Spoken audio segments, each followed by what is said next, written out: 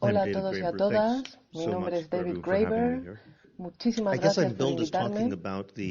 Bueno, iba a hablar de la evolución del pensamiento de Öcalan, pero lo que me gustaría es situarlo en un contexto histórico y político más amplio. Porque una de las cosas interesantes sobre Öcalan como pensador es que es muy difícil categorizar sus ideas o el tipo de pensador que es. Empezó como una figura bastante convencional, era el líder de un partido marxista y parece que hay una tradición curiosa en el marxismo en el que todas las personas que lideran las organizaciones políticas también tienen que ser analistas teóricos, quizá porque el marxismo es el único movimiento social fundado por un doctorado. Y ahora todos los que representan divisiones en el marxismo siguen a pensadores individuales, trotskista, etc.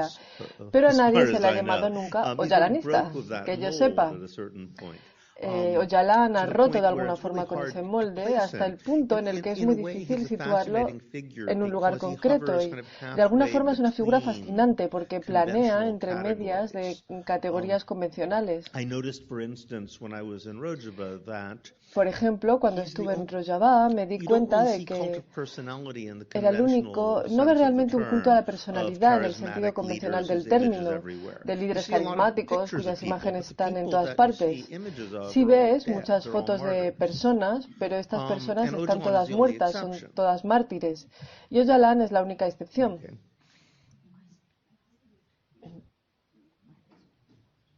Öcalan is the only exception.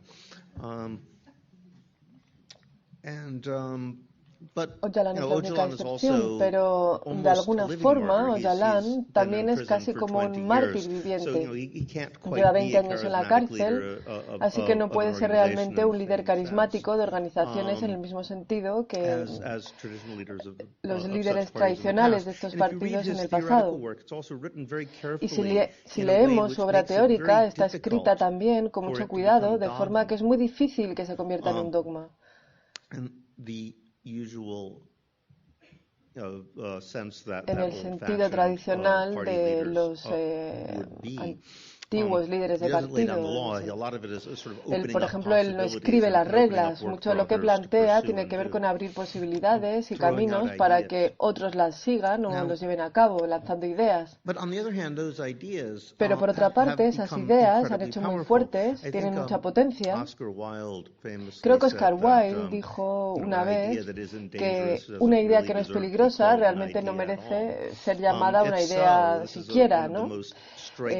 Si esto es así, esto es uno de los ejemplos más impresionantes de una de esas ideas genuinamente peligrosas que hayamos visto desde hace mucho tiempo. Porque si observamos lo que está pasando en Afrin ahora mismo, tienes el gobierno turco. El gobierno turco ha contratado un montón de empresas de relaciones públicas, incluidas algunas como, por ejemplo, una cuyo asesor principal fue jefe de la CIA en Estados Unidos.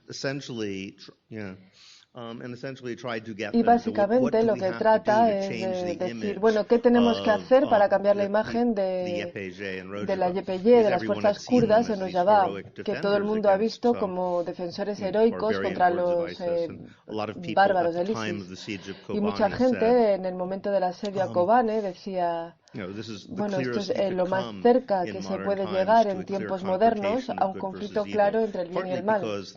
En parte porque la gente del ISIS estaba realmente tratando de, bueno, tenía muy claro que quien tuviera control sobre la imagen ganaba de alguna forma.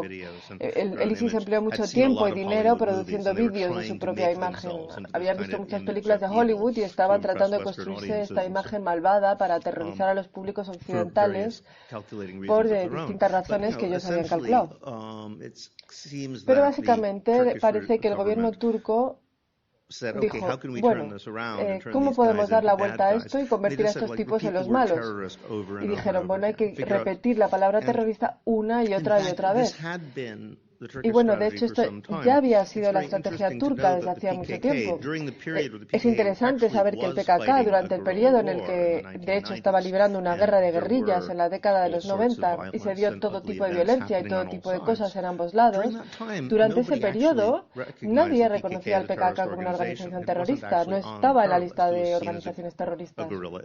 Se veía como una insurgencia guerrillera. Fue solo después de que Öcalan diera un giro a la estrategia y el PKK también cambiara de estrategia, que Turquía inició una ofensiva para clasificarlos como terroristas. Esto es muy interesante porque fue alrededor del 2000, en parte por la evolución de las propias ideas de Öcalan y en parte por la evolución de las ideas del PKK también, y las movilizaciones, los movimientos de mujeres dentro de la propia organización y dentro de todo el movimiento kurdo. El PKK había virado de ser una organización clásica, marxista-leninista y vertical, a cada vez más suscribir los principios de la democracia directa y cada vez más puso la cuestión del patriarcado y no tanto de la lucha de clases, sin abandonar la lucha de clases, pero situando el patriarcado como la cuestión principal contra la que luchaban. Y en este momento reevaluaron su propia estrategia militar también.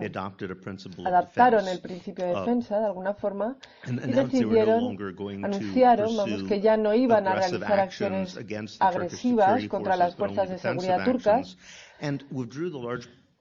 y se llevaron la mayor parte de sus fuerzas militares a Kandil, que es una fortaleza montañosa natural entre Turquía, Irak e Irán. Y dijeron que querían iniciar conversaciones de paz. Este movimiento, en parte, fue inspirado por los zapatistas en Chiapas, que habían luchado una guerra de solo 10 días contra el Estado mexicano e inmediatamente declararon su deseo de iniciar diálogos de paz. Pero claro, el EZLN, los zapatistas, sabían perfectamente que el Estado mexicano no estaba negociando de buena fe y nunca lo haría. Pero eso no importaba. Sabían que el hecho de que existieran estos diálogos les daría la cobertura para tratar de desarrollar estructuras horizontales de democracia participativa, directa. Y fue una estrategia que funcionó muy bien en Chiapas. Cuando el PKK intentó llevar a cabo la misma idea en Turquía, el primer movimiento que realizó el gobierno turco fue crear un lobby fortísimo para lograr que el PKK entrara en la lista de organizaciones terroristas, que por supuesto significó que hubo muchísimas restricciones para poder plantear su propia versión de los acontecimientos y su propia información. Y lo lograron. No consiguieron que la ONU lo aceptara. El PKK no está en la lista de la ONU, pero sí está en la lista de Estados Unidos y de la Unión Europea.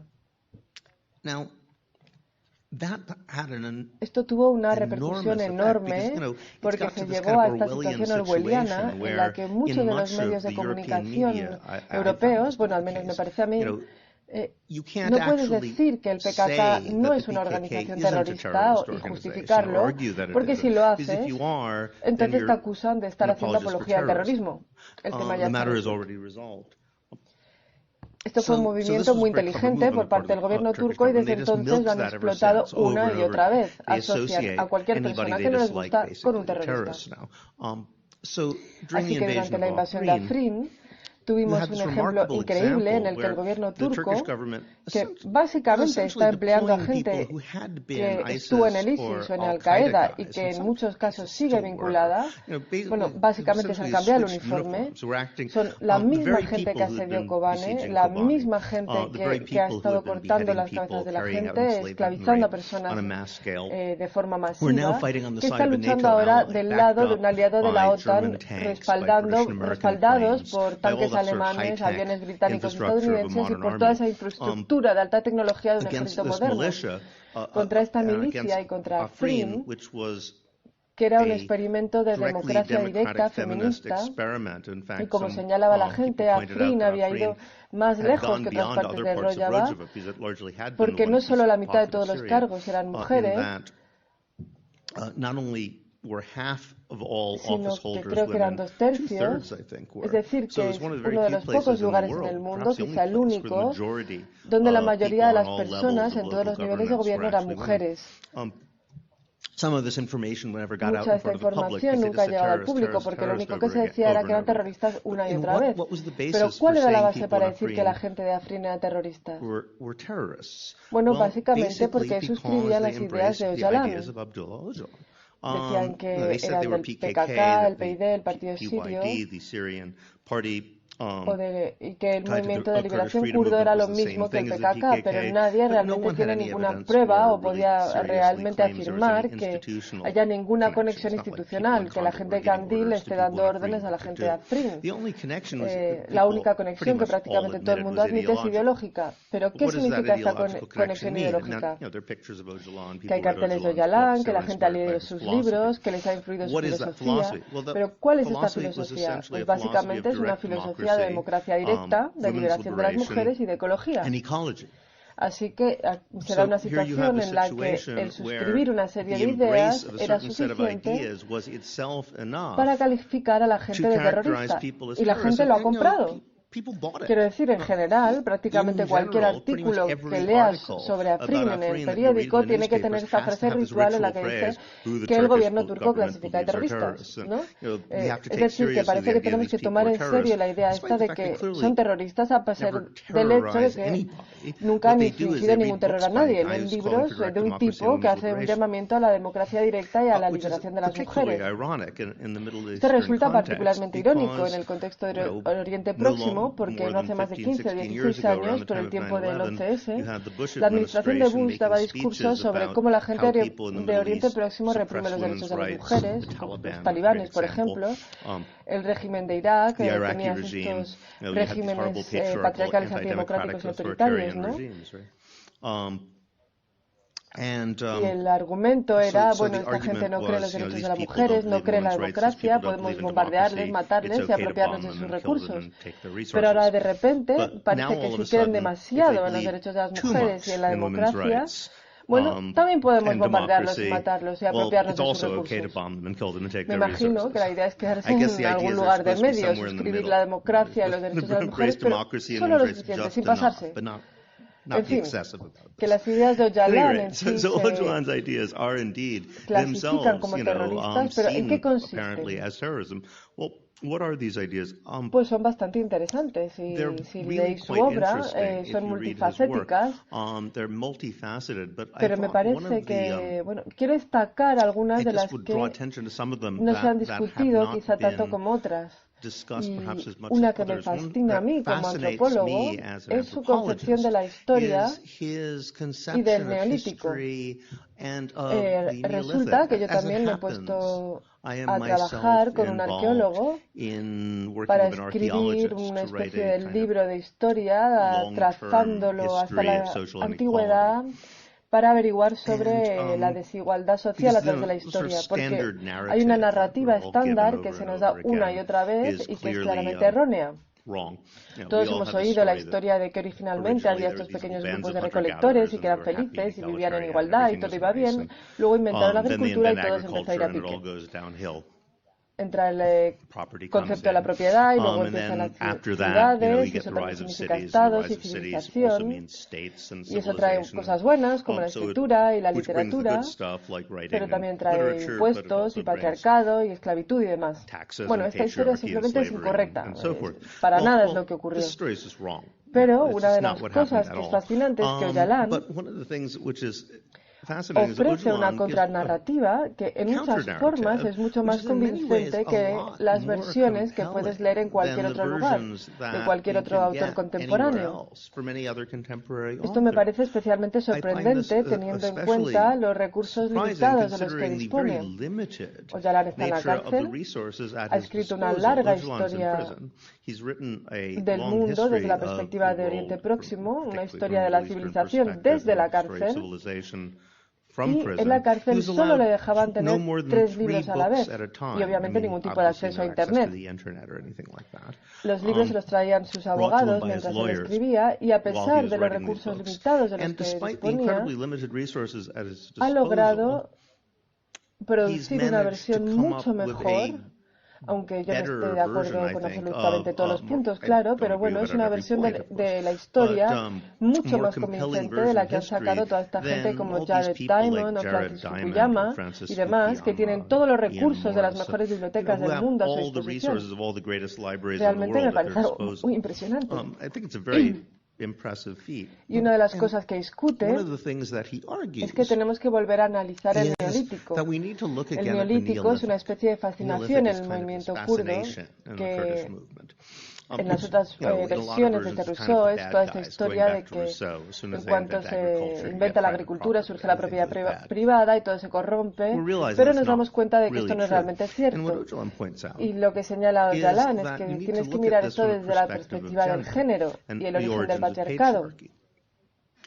Hay un tabú casi en este tema en la academia contemporánea porque antes todo el mundo asumía que el neolítico era del matriarcado y el patriarcado emerge más tarde y eso se desacreditó y ahora parece que todo el mundo le da miedo acercarse al tema. Pero esa historia parece que no era totalmente errónea como señala Öcalan y yo creo que tiene cierta razón.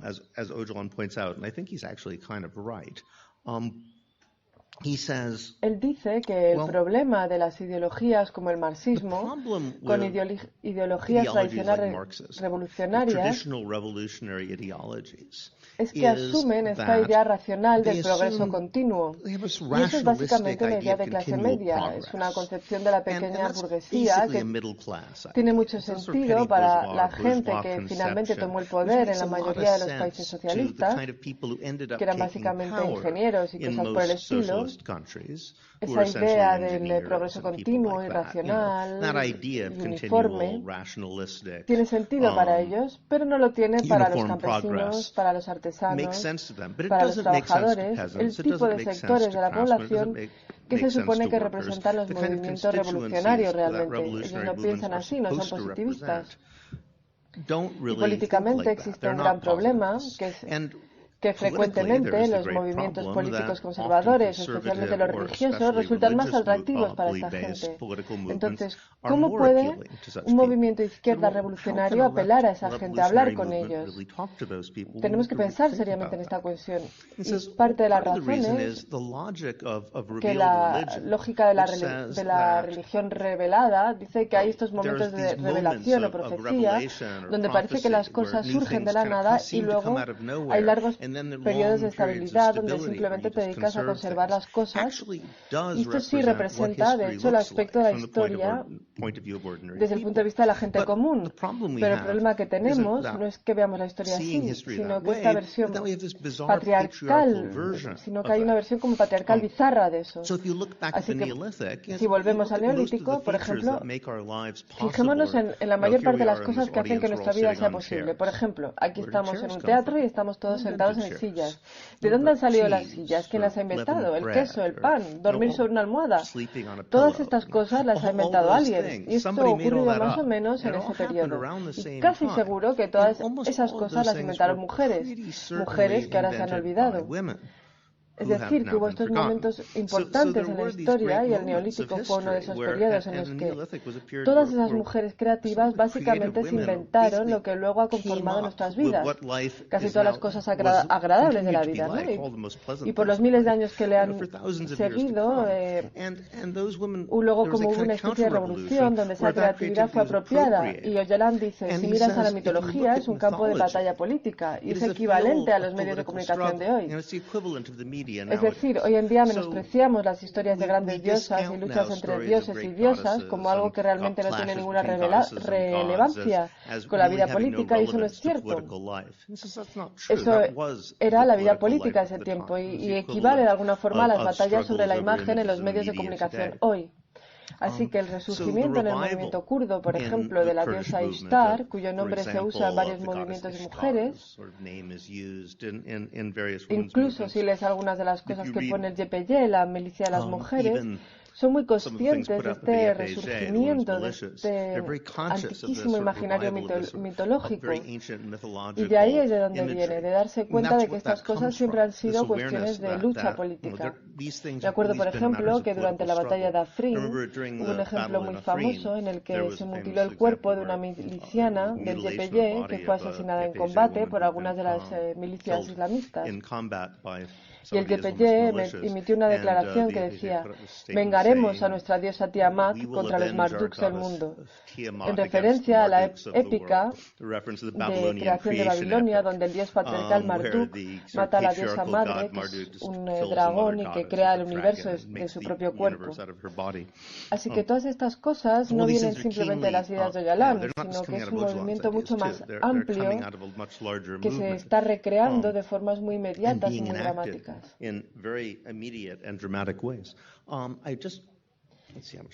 Quiero hablar un poco de cómo estas ideas se practican y se recrean en Rojava. Cuando estuve allí, y estuve solamente muy brevemente, durante 10 días, uno de los comentarios que oía mucho de la gente era sobre el capitalismo. Y cuando hablas de la movilización de las mujeres, y especialmente ves todas estas mujeres con ametralladoras que salen en la prensa, pero sin ningún tipo de contexto político, el contexto político que la gente te explica allí es bastante claro.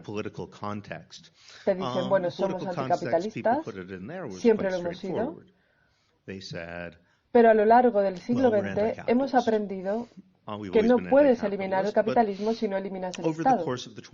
Y no puedes eliminar el Estado si no eliminas el patriarcado. El problema con los movimientos previos, revolucionarios, es que básicamente estaban intentando hacerlo al revés. Y tienes que empezar con la base del problema. ¿Cómo eliminas el patriarcado? Bueno, puedes hacerlo desde distintos ángulos, pero que todas las mujeres tengan acceso a armas automáticas quizás sea una forma de empezar. Start.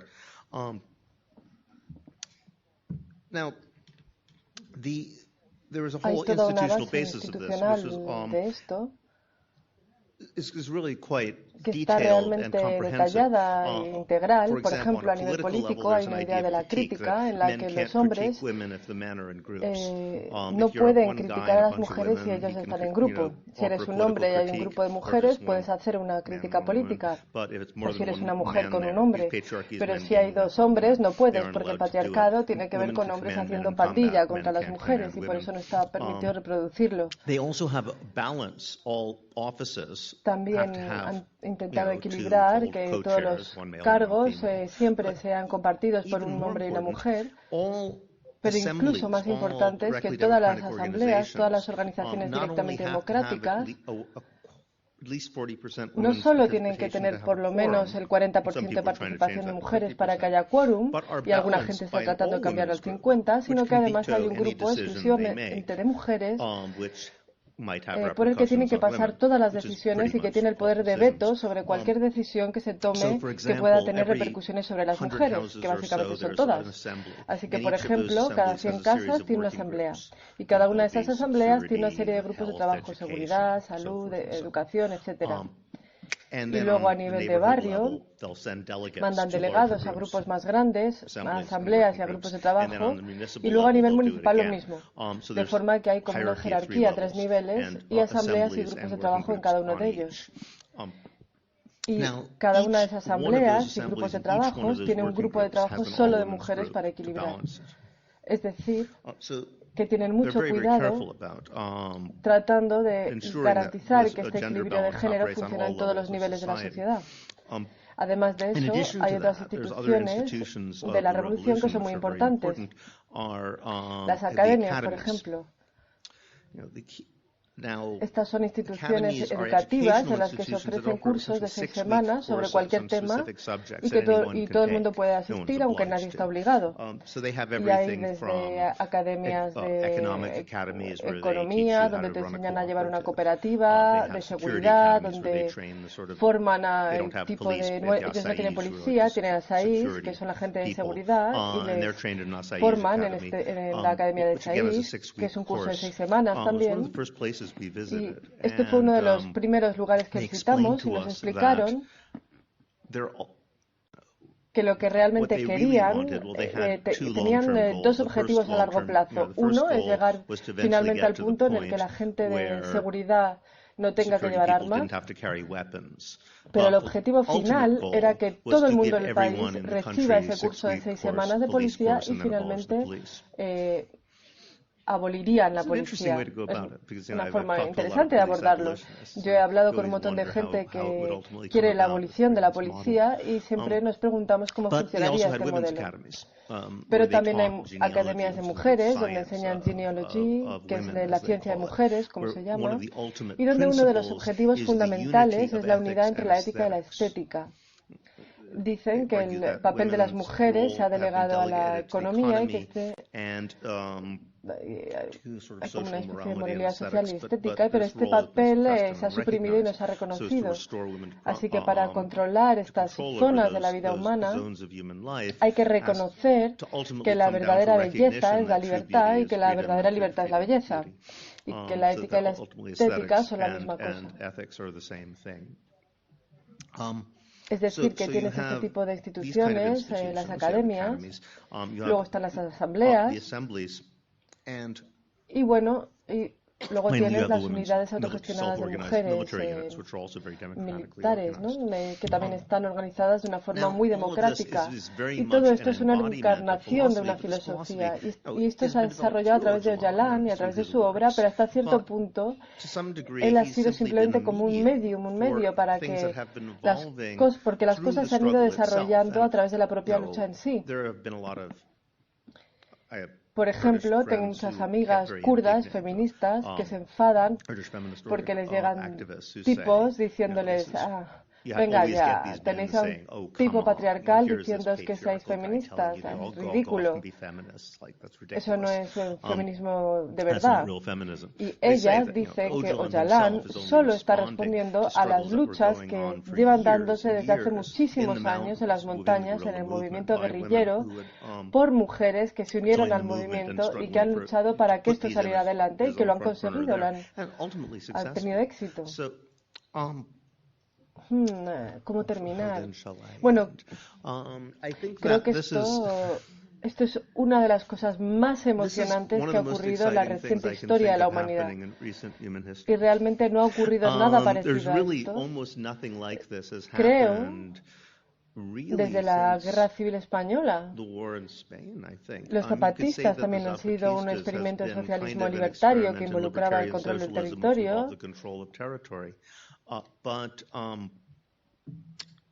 Pero su territorio allí de alguna forma está compartido. No es nada parecido a lo que ocurre aquí, donde literalmente tienes millones de personas organizadas en base al socialismo libertario. Y hay una creatividad e improvisación enorme y teoría que está emergiendo todo el tiempo de estas nuevas experiencias. Cuando estaba en Occupy Wall Street, un momento en el que sugerí que como nos habían echado del Parque Zuccotti y no podíamos lograr ningún sitio, a pesar de que lo intentáramos, estábamos pensando en un nuevo proyecto y dije, ¿por qué no? Visto que tenemos todos estos vínculos con los sindicatos y trabajadores municipales y distinta gente, ¿por qué no nos sentamos a pensar? Imaginaos que intentamos conseguir una ciudad y por ejemplo, pongamos Nueva York, que se diera una revolución de repente. ¿Cómo lo gobernaríamos con este tipo de formas directamente democráticas horizontales? Bueno, pues no pude ni siquiera conseguir que hubiera suficiente gente en la sala para debatirlo. No había la energía ni para que la gente se pusiera a pensar cómo se llevaría el sistema de tránsito, el poder, bajo una sociedad verdaderamente democrática. Esto era más de lo que podía asumir la gente. Mientras que aquí hay un lugar donde la gente lo está llevando a cabo de hecho, y no se me ocurre nada más importante para la historia de la humanidad que... Porque sabes que cuando te pones a hacer las cosas de facto, ahí te das cuenta de que lo que pensabas que iba a ser fácil es difícil y lo que iba a ser difícil es fácil. Los problemas no suelen ser lo que pensábamos que iban a ser. Y la experiencia de Rojava es probablemente una de las cosas más importantes que han ocurrido en la humanidad en el último medio siglo. Pero sin embargo, hay algo sobre la forma en la que nos han enseñado a pensar el mundo que hace que las personas no se puedan imaginar que realmente está ocurriendo. Así que cierran sus ojos y piensan que tiene que ser un sueño, que no es real, que está simplemente pretendiendo. Pero es real y pienso que es realmente importante intentar hacer todo lo que podamos para apoyarlo, porque esto tiene cosas muy importantes que enseñarnos en nuestras luchas allí donde estemos.